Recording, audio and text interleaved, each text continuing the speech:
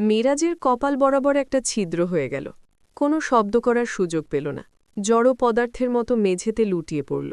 হাতের বন্দুকটা মেঝেতে ঘষা খেয়ে ছিটকে গেল দূরে। সালাহুদ্দিন পাথরের মতো স্থবির হয়ে গেলেন। তার ধবধবে সাদা পাঞ্জাবিতে মিরাজের রক্তের কয়েকটা ছিটা এসে লেগেছে। তিনি চোখ বড় বড় করে একবার মেঝেতে লুটিয়ে পড়া লাশের দিকে, আরেকবার শান্ত ভঙ্গিতে পিস্তল নামিয়ে রাখা আমিরের দিকে তাকাচ্ছেন। দুটো দৃশ্যের কোনোটাই তার মাথা ঠিকমতো গ্রহণ করতে পারছে না। আমির পকেট থেকে সিল্কের রুমাল বের করে ধীরে সুস্থে পিস্তলের নলটা মুছল। তারপর সোফায় হেলান দিয়ে বসে বলল, চমকে গেলেন মন্ত্রী সাহেব? শালার জন্য মায়া হচ্ছে নাকি পিএসের জন্য? সালাহুদ্দিন এবার উঠে দাঁড়িয়ে চিৎকার করে উঠলেন, কত বড় দুঃসাহস তোমার! তুমি আমার সামনে আমার বাসায় কাকে খুন করেছ? ও আমার শ্যালক, ও এই সরকারের। ও একটা ইঁদুর ছিল, যে ইঁদুর আপনার গোডাউনের তলা ফুটো করে সব ধান অন্যকে পাচার করছিল, আপনার ফাঁসির দড়ি বুনছিল। সালাহুদ্দিন থমকে গেলেন। রাগের দাউ দাউ আগুনটা নিভে গিয়ে জায়গা করে নিল তীব্র সংশয়। আমির কাউকে ডাকল। সঙ্গে সঙ্গে দরজার বাইরে থেকে ১৫ বছরের এক কিশোর ঘরে প্রবেশ করল। পরনে ঢিলেঢালা শার্ট, চোখে মোটা ফ্রেমের চশমা, হাতে একটা জীর্ণ চামড়ার ব্যাগ। বয়স কম হলেও তার চোখ দুটো বয়সের তুলনায় অনেক পরিণত। নবাব ব্যাগ থেকে কিছু কাগজ আর একটা অডিও ক্যাসেট বের করে সালাহুদ্দিনের সামনে টেবিলের উপর রাখল। নিচু কণ্ঠে বলল, গত ৩ মাস ধরে মিরাজ সাহেব আপনার বিপক্ষ দলের নেতার সাথে প্রতি বুধবার রাতে গোপনে দেখা করছেন। এই যে দেখুন, আপনার ব্যক্তিগত লকারের ডুপ্লিকেট চাবি বানানোর রসিদ। আর এই ক্যাসেটটা একবার শুনুন। আমির ইশারায় পাশের ক্যাসেট প্লেয়ারটা দেখাল। সালাহুদ্দিন দ্বিধাগ্রস্ত হাতে প্লে বোতাম টিপলেন। ফিতার ভরঘর শব্দের পর মিরাজের কণ্ঠ শোনা গেল, চিন্তা করবেন না, দুলাভাইয়ের সব গোপন নথিপত্র আমি সময়মতো পৌঁছে দেব। ওনার পতন এখন সময়ের ব্যাপার মাত্র। সবগুলো নথি দেখে সালাহুদ্দিনের মুখটা ফ্যাকাশে হয়ে গেল।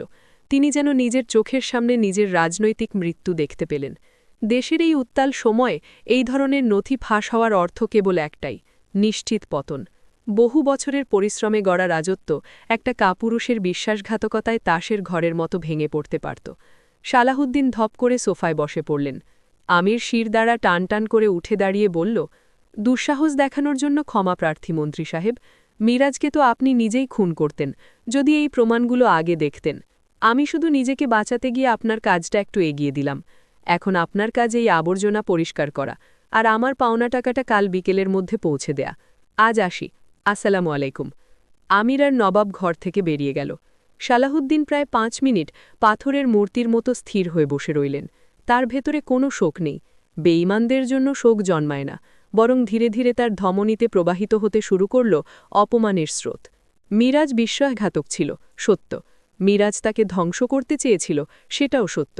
কিন্তু আমিরের মতো একজন পেশাদার অপরাধী, একটা নিকৃষ্ট সন্ত্রাসী তার ড্রয়িং রুমে ঢুকে তার আত্মীয়কে গুলি করবে, আর যাওয়ার বেলায় স্বয়ং মন্ত্রীকে হুকুম দিয়ে যাবে কাল বিকেলের মধ্যে টাকা পৌঁছে দিতে। এই ঔদ্ধত্য সালাহুদ্দিন তারিকের অহংবোধে বিষাক্ত তীরের মতো বিঁধতে লাগল। তিনি রাগে ক্ষোভে টেবিলের ওপর রাখা দামি ক্রিস্টালের অ্যাশট্রেটা তুলে সজোরে দেয়ালে ছুঁড়ে মারলেন। ঝনঝন শব্দে কাঁচ ভেঙে ছড়িয়ে পড়ল মেঝেতে। ওই বান্দির বাচ্চা কি নিজেকে খোদা ভাবতে শুরু করেছে? ওর অহংকার আর ওর ব্যবসার ভিত্তিপ্রস্তর উপড়ে ফেলা দরকার। আমিরকে আঘাত করতে হলে তার প্রতিপক্ষের হাত ধরতে হবে। সালাহুদ্দিন টেলিফোনের ডায়াল ঘোরালেন। ওপাশে এমপি বজলুল হক ফোন ধরতেই তিনি কোনো ভূমিকা ছাড়াই সরাসরি কাজের কথায় এলেন। বজলুলহে প্রশাসনিক যোগাযোগ আর সীমান্তের ওপর নিয়ন্ত্রণ আমিরের ব্যবসার জন্য মারাত্মক হুমকি হতে পারে। সেই হিসেবেই তাকে এই ষড়যন্ত্রের অংশীদার হবার প্রস্তাব দেন। তারপর মন্ত্রীর নির্দেশে রাতেই এক গোপন দূতের মাধ্যমে যোগাযোগ করা হল আমিরের চিরপ্রতিদ্বন্দ্বীর সাথে, আন্তর্জাতিক অস্ত্র সিন্ডিকেটের সাথে যুক্ত, অন্ধকারের ভেতরে অদৃশ্য সাম্রাজ্য গড়ে তোলা মাফিয়া ডন কালা জাহাঙ্গীর। সালাহুদ্দিন সিদ্ধান্ত নিলেন এখন থেকে আমিরের বদলে কালা জাহাঙ্গীরের কাছ থেকেই অস্ত্র নেবেন। এতে দুটি কাজ একসাথে হবে। প্রথমত, আমিরের চালানের বকেয়া টাকা সে আর কোনোদিন পাবে না। দ্বিতীয়ত, কালা জাহাঙ্গীরের শক্তি বৃদ্ধি করে আমিরকে চিরতরে মাঠ থেকে সরিয়ে দেয়া যাবে। ঘরের কোণে মিরাজের লাশ তখনও পড়ে আছে। সালাহুদ্দিন একবারও সেদিকে তাকালেন না। মৃতের জন্য সময় নষ্ট করার বিলাসিতা তার নেই। দাবার বোর্ডে এবার রাজা বদলানোর সময় এসেছে, সেটা নিয়ে ভাবতে হবে। নবাব বাইরে এসে চশমাটা আঙুল দিয়ে ঠিক করে নিয়ে জিজ্ঞেস করল, টাইটান, মন্ত্রী কি চালানের বকেয়া টাকাটা ফেরত দেবেন? লোকটার চোখমুখ কিন্তু ভালো ঠেকছিল না। আমির তখন গাড়ির পেছনের সিটে গা এলিয়ে দিচ্ছিল। সে আলস্য ভরা চোখে নবাবের দিকে তাকিয়ে পাল্টা প্রশ্ন ছুড়ল, তোর কি মনে হয়? নবাব তার বিশ্লেষণ শুরু করল, না, টাকা উনি দেবেন না। সালাহুদ্দিন তারিক অনেক পুরনো খেলোয়াড় হতে পারেন, কিন্তু ওনার অহংকার হিমালয়ের চেয়েও বড়। নিজের বাসায় নিজের চোখের সামনে শ্যালককে খুন হতে দেখা গলার নলি কাটার চেয়েও বড় অপমান।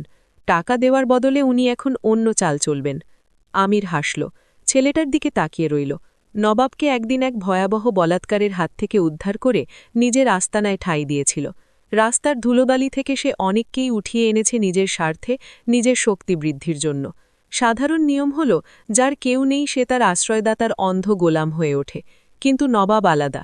এই অল্প বয়সে ওর দূরদর্শিতা আর পরিস্থিতি পড়ার ক্ষমতা আমিরের মতো দুর্ধর্ষ মানুষকেও অবাক করে।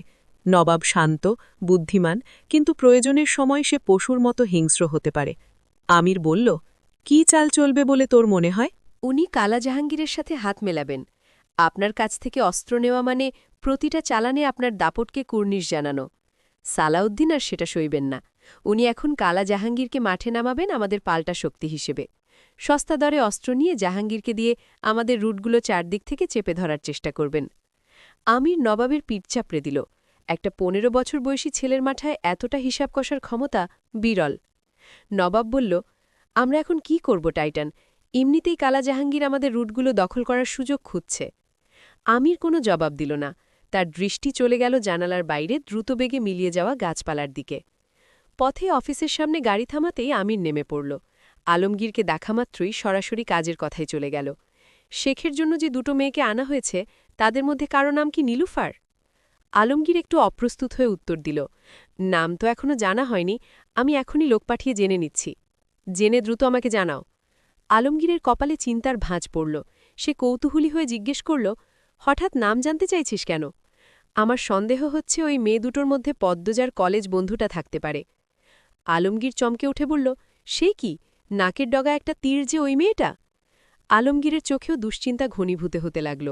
যে গোডাউনে মেয়ে দুটোকে খাঁচাবন্দি করে রাখা হয়েছে, সেখানে আমির কিছুক্ষণের জন্য গিয়েছিল। লোহার গ্রিলের ছিদ্র দিয়ে তারা কি আমিরকে দেখে ফেলেছে?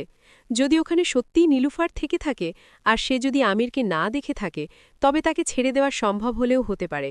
কিন্তু যদি দেখে থাকে? মাথার উপর সূর্য তখন ঠিক মাঝ আকাশে। বারান্দায় পা রাখতেই এক ঝলক তপ্ত বাতাস হু হু করে এসে পদ্মজার অবাধ্য আঁচলটা উড়িয়ে নিল। বাইরের খাঁ খাঁ রোদে দূরে কোনো একটা ঘুঘু একঘেয়ে সুরে ডেকে চলেছে। হানিখালা রেলিং ধরে সামান্য ঝুঁকে নিচের দিকে তাকালেন। কাঠফাটা রোদে গ্যারেজে রাখা আমিরের দুটো দামি গাড়ি আয়নার মতো চকচক করছে। রোদ ঠিকরে চোখে ধাঁধা লাগিয়ে দিচ্ছে। সেই উজ্জ্বলতার দিকে তাকিয়েই তিনি হুট করে গম্ভীর হয়ে গেলেন। বললেন, হারে পদ্মজা, জামাই তোকে ভালোবাসে তো? ঠিকঠাক যত্ন করে? বড় লোকদের কিন্তু চরিত্র ভালো হয় না। পদ্মজা শাড়ির আঁচলটা টেনে মাথায় তুলে জবাব দিল, জি খালামণি, বাসে। হানি পদ্মজার কাছে এগিয়ে এসে গলার স্বর নামিয়ে অভিজ্ঞ মানুষের মতো বললেন, শোন মা, প্রথম কয়েক বছর সবাই মাথায় তুলে রাখে। রূপ যতই থাকুক, জামাই যতই চোখে হারাক, পুরুষ মানুষের মন কিন্তু বেশিদিন এক জায়গায় থিতু হয় না। এদের মন হলো চৈত্র মাসের বাতাসের মতো। অন্য কোনো ফুলের সুবাস পেলেই হঠাৎ দিক পাল্টে ফেলে। পদ্মজার দুচোখে অস্বস্তির ছায়া পড়ল। হানি বলতে থাকলেন, তাবিজ টাবিজ আছে তো ঘরে? শকুনিরা সবসময় সুযোগের অপেক্ষায় থাকে। ঘর সামলাতে শুধু ভালোবাসা দিয়ে কুলায় না। আমি তোকে দুটো তাবিজ এনে দেব, বিছানার নিচে কিংবা আলমারির কোণে লুকিয়ে রাখিস, যেন জামাইয়ের মন কোনোদিন অন্যদিকে না ঘরে, আর কোনো বাইরের কুদৃষ্টি যেন তোর সাজানো সংসার থচনচ না করতে পারে। পদ্মজা মাথা নাড়ল, যদিও তার মন এসব মানতে সাই দিচ্ছিল না। ভেতরে এসে ড্রয়িং রুমের সোফায় গা এলিয়ে দিলেন হানি। পানদানিটা নিজের কাছে টেনে নিয়ে দক্ষ হাতে সুপুরি কাটতে কাটতে বললেন, আমার কথাগুলো আজ তোর কাছে তেতো মনে হতে পারে, কিন্তু দুনিয়াটা আমি তোর চেয়ে বেশি দেখেছি। পুরুষ মানুষ হলো খোলা আকাশের চিল। এরা বাড়িতে ফেরে শুধু ডানা জিরোতে, কিন্তু এদের শিকারী নজর সবসময় থাকে দূরের কোনো ক্ষেতের দিকে। পদ্মজা এবার প্রতিবাদ জানিয়ে বলল, সবাই তো আর একরকম হয় না খালামণি। আপনাদের জামাই অফিস শেষ করে এক মুহূর্ত দেরি করে না, সোজা বাড়ি চলে আসে। হানি এবার তাচ্ছেলের হাসি হাসলেন। পানের পিচকিরি ফেলার আগে বললেন, ওইটাই তো ওদের কৌশল রে পাগলি।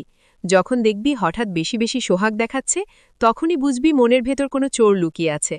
আমার পাড়ার মোতালেবকে দেখতিস যদি, দিনরাত বউয়ের জন্য শাড়ি গয়না আনতে আনতে ঘর ভরে ফেলত, অথচ তলে তলে পাশের গ্রামের এক বিধবার সাথে তার ঠিকই রসের পীড়িত চলছিল। তিনি পানের বাটা থেকে চুন নিয়ে পানে মাখতে মাখতে আবার শুরু করলেন, এখন তো রূপ আছে, শরীরে যৌবন আছে, যেদিন একটু ভাটা পড়বে তখন বুঝবি।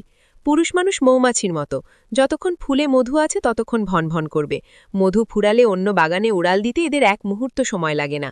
এই যে এত সুন্দর বাড়ি, এই বাড়িতে অন্য কেউ এসে আস্তানা গাড়বে না তার গ্যারেন্টি কি? পদ্মজা একটু বিরক্তি হয়ে বলল, আপনি একটু বেশিই ভাবেন খালামণি। উনি আমাকে সম্মান করেন, ভালোবাসেন। সম্মান? হানি একটু হেসে দ্বিতীয় পানটা মুখে পুরলেন। বললেন, পুরুষ মানুষের সম্মানের দাম বাজারের পচা পটলের চেয়েও কম। ওসব হলো ওপরের প্রলেপ, তলে তলে কি পলিটিক্স চলে তা তুই বুঝবি না। এই জন্যই বলছি সাবধানে থাকবি, বেশি বিশ্বাস করিস না। সবসময় হাতে কিছু টাকা জমিয়ে রাখবি, জামাইকে না জানিয়ে। আর ওই যে তাবিজের কথা বললাম, সেটা হলো আগাম বাঁধ। বাঁধ না দিলে বন্যায় ঘর ভেসে গেলে কান্নাকাটি করে আর লাভ হবে না। পদ্মজা বিরক্তিতে কপাল কুঁচকে ফেলল। হানিখালার মেয়ের শ্বশুরবাড়ি এদিকে। মেয়ের বাসায় এলেই এই বাড়িতে কিছুক্ষণের জন্য ওঠেন। উঠেই শুরু হয় যত কথার ঢল, পুরুষ মানুষ নিয়ে নানা রকম হিসাব নিকাশ। তুই ছেড়ি সহজ সরল, ঘরের কোণে পড়ে থাকিস। তোর জামাইয়ের যে এত বড় অফিস, সেখানে তো আর শুধু পুরুষরা কাজ করে না। এখন তো দিনকাল পাল্টাচ্ছে, কত ঢঙি মেয়ে অফিস আদালত করে। প্যান্ট শার্ট পরে ম্যাম সাহেব সেজে যখন চোখের সামনে দিয়ে তারা ঘুরঘুর করবে, তখন কি আর ঘরে থাকা বউয়ের কথা মনে থাকে? চোখে চোখ পড়লে শয়তান মনে কুমন্ত্রণা দিতে কতক্ষণ? উনি অন্য রকম। ছেড়ি অন্ধবিশ্বাস করবি না, বুদ্ধি খাটাবি। জামাই অফিস থেকে ফিরলে শার্টের কলার একটু শুকে দেখবি, অন্য কোনো সুগন্ধি পাওয়া যায় কিনা। রুমালটা দেখবি, জানালার ধারে দাঁড়িয়ে নজর রাখবি জামাই যখন গেট দিয়ে ঢোকে পাড়ার কোনো মেয়ের দিকে একটু বেশি হেসে তাকায় কিনা। হাসি থেকেই তো কাশির শুরু রে মা। মানুষের মন হলো মাটির হাড়ি, টোকা লাগলেই ফেটে যায়।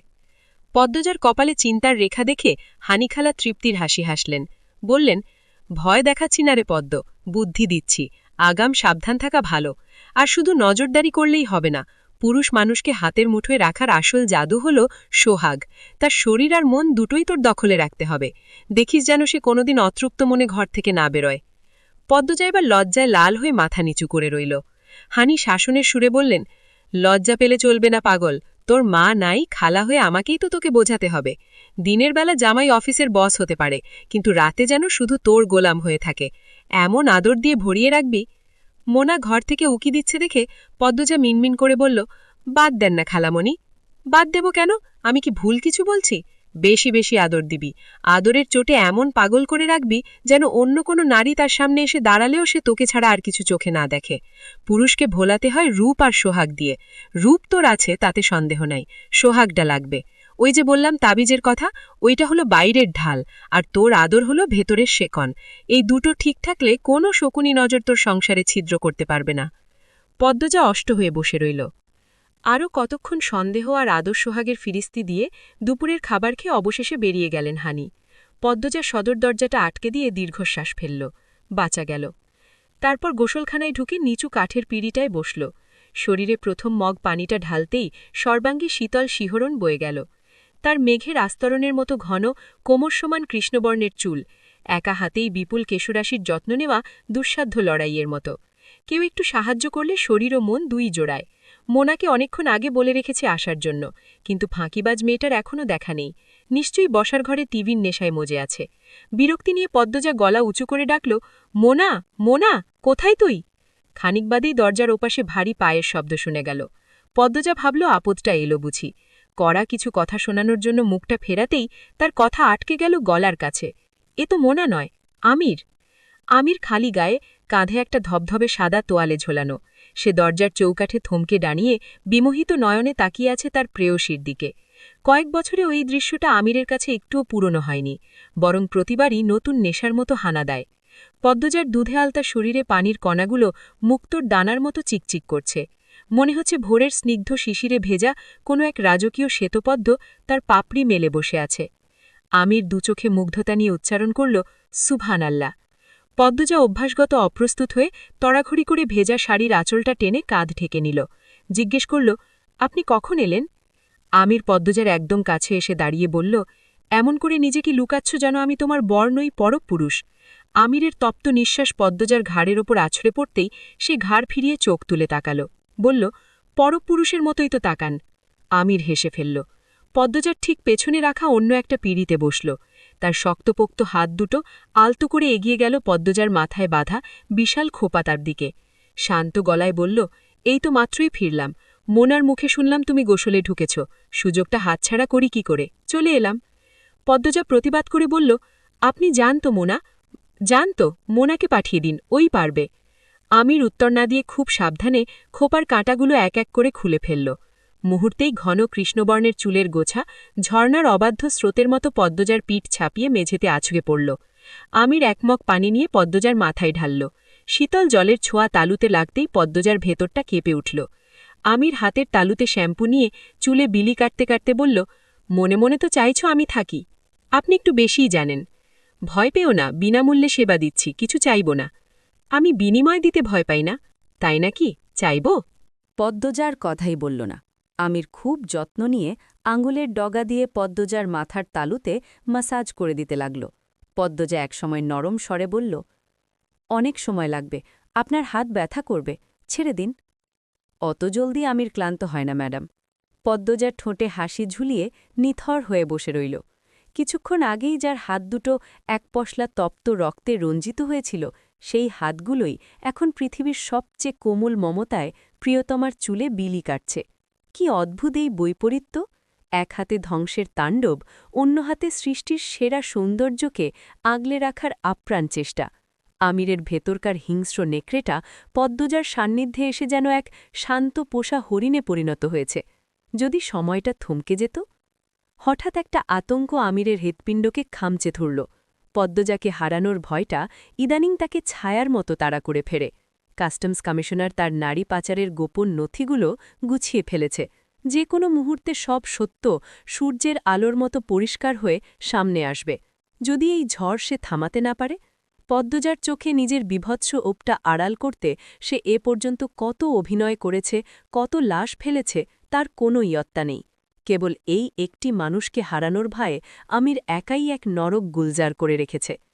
চুলের ফেনাগুলো স্বচ্ছ জলের ধারায় ধুয়ে পরিষ্কার হতেই আমির হঠাৎ পদ্মজার ভেজা মাথাটা নিজের একটা বলিষ্ঠ বাহুতে সজোরে চেপে ধরল। পদ্মজা খানিক অবাক হলেও নিজেকে সরিয়ে নিল না। আমিরের আকস্মিক অস্থিরতা তাকে বিচলিত করল। সেই ঘুরে বসে আমিরের বাহুতে মাথা ঠেকিয়ে মৃদু স্বরে শুধাল, কি হয়েছে আপনার? আমির কোনো উত্তর দিল না। পদ্মজার ভেজা চুলে চুমু খেয়ে বিড়বিড় করল, কিছু না, কিছুক্ষণ এভাবেই থাকো। পদ্মজা আমিরের বাহুডোরে নিশ্চুপ হয়ে রইল। আমিরের খালি গায়ের তপ্ত উষ্ণতা তার ভেজা শাড়ির শীতলতাকে ছাপিয়ে অদ্ভুত আগুনের মতো ছড়িয়ে পড়ছে পুরো শরীরে। এই আগুন বড় পবিত্র, বড় কাঙ্ক্ষিত। পদ্মজা এক হাত আমিরের প্রশস্ত বুকে রাখল, হাতের তালুতে অনুভব করল হৃৎস্পন্দনের অস্থির ধুকপুকানি। আমির বলল, আমার ভালোবাসায় কোনো মিথ্যে নেই পদ্মবতী। পদ্মজা কৌতূহলী চোখে মাথা তুলে তাকাল, সংশয় নিয়ে বলল, হঠাৎ এসব কেন বলছেন, কি হয়েছে? ভয় হচ্ছে। কিসের ভয়? তোমাকে হারানোর। পদ্মজা হাসল, আপনাকে ছেড়ে আমি কোথায় হারাব? আমির পদ্মজার চোখের দিকে তাকিয়ে আলিঙ্গন আরও নিবিড় করে বলল, হেসে উড়িয়ে দিও না, কসম খোদার, হাজারটা পাপের ভিড়ে তোমাকে পাওয়াটাই আমার জীবনের একমাত্র পুণ্য। আমার আর কোনো পুণ্য নেই। তোমায় হারানো মানে আমার শেষ সম্বলটুকু হারিয়ে ফেলা। পদ্মজা আমিরের উষ্ণ প্রশস্ত বুকে মাথা রেখে একটু দুষ্টুমির ছলে বলল, মাঝে মধ্যে যে আপনার কি হয়, এই যে এত গদগদ প্রেম দেখাচ্ছেন, এসব কিন্তু বেশিদিন থাকে না। আমির এবার ভ্রু কুচকে তাকাল, কি বললে? গদগদ প্রেম? পদ্মজা মিটিমিটি হেসে বলল, আমার প্রেম ফুরিয়ে যাবে বলছ? অফিসে অত সুন্দর সুন্দর মেয়ে মানুষ থাকলে ঘরের বউয়ের প্রতি টান একসময় কমেই। আমির তীক্ষ্ণ চোখে চেয়ে রইল। পদ্মজা বলল, আপনার তো দুপুর 2টায় ফেরার কথা ছিল, এখন তো 3টে বাজে। রাস্তায় কি খুব জ্যাম ছিল, নাকি অন্য কোথাও থেমেছিলেন? জ্যাম কোথায়, অফিসের নিচে মোতালেব চাচার দোকানে দাঁড়িয়ে চা খাচ্ছিলাম। পদ্মজা আমিরের বুকে আঁকিবুকি করতে করতে প্রশ্ন করল, সেই দোকানে কি শুধু পুরুষরাই চা খায়, নাকি অন্য কেউ আসে? আপনার অফিসের সুন্দরী নতুন মেয়েটা, সেও কি ওখানেই চা খেতে আসে?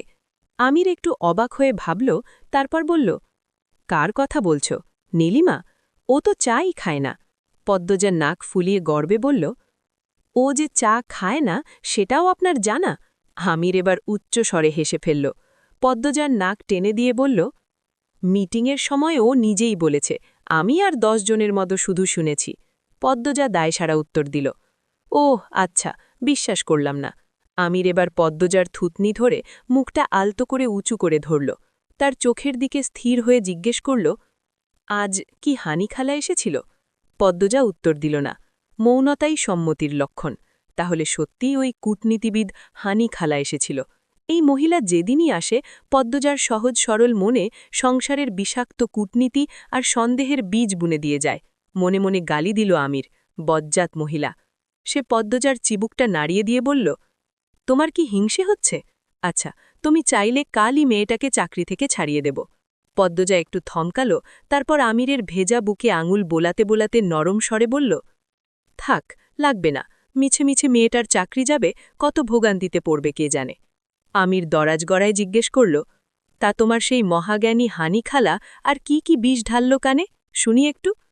বলল যে দুটো তাবিজ এনে দেবে, বিছানার নিচে আর আলমারিতে লুকিয়ে রাখতে, যেন আপনার ওপর কোনো শকুনি নজর না পড়ে, আর আমাদের এই সাজানো সুখের সংসারে যেন কেউ আগুন দিতে না পারে। আমির অট্ট হাসিতে ফেটে পড়ল। পদ্মজাও নিজের হাসি চেপে রাখতে পারল না, তার ঠোঁটের কোণে এক চিলতে মুচকি হাসি ফুটে উঠল। শত চেষ্টা করেও সে নিজের মুখে কৃত্রিম অভিমান ধরে রাখতে পারল না। আমির হাসি থামিয়ে পদ্মজার দুই গালে নিজের বড় বড় হাত দুটো রেখে নাকে নাক ঘষে গাঢ় স্বরে বলল, কোনো তাবিজ লাগবে না। তাবিজ ছাড়াই আমার এই হৃদয়, আমার হাসি, আমার অনুভব তোমার নামে প্রথম কেঁপে উঠেছিল, ঠিক যেভাবে তোমার প্রথম লজ্জা, প্রথম শিহরণ আর প্রথম হৃৎস্পন্দন শুধু আমার নামেই হয়েছিল।